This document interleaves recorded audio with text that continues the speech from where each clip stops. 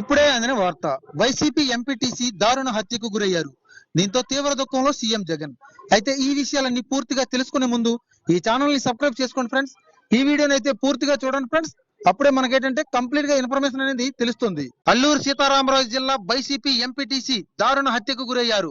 ఎటపాక మండలం కన్నాయిగూడెం గ్రామానికి చెందిన ఎంపీటీసీ వర్ష బాలకృష్ణ 40 సంవత్సరాలు దారుణ హత్యకు గురయ్యారు. అయితే ఆయనని గుర్తు తెలియని వ్యక్తులు బాలకృష్ణ తలపై బండరాయితో మోదడంతో అక్కడికక్కడే మృతి చెందారు.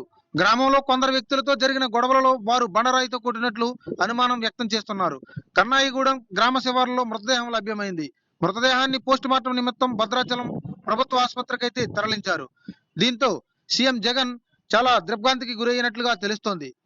అయితే కేసు నమోదు చేసి దర్యాప్తు చేపడుతున్నారు. ఎటపాక పోలీసులు ఇద్దరి నిందితులపై కేసు నమోదు చేసి దర్యాప్తు చేస్తున్నారు. ఎంపీటీసీకి ఆ ఇద్దరు వ్యక్తులు అసలు గతంలో ఉన్న వివాదం ఏంటి అనే దానిపై పోలీసులు వారిని విచారిస్తున్నారు.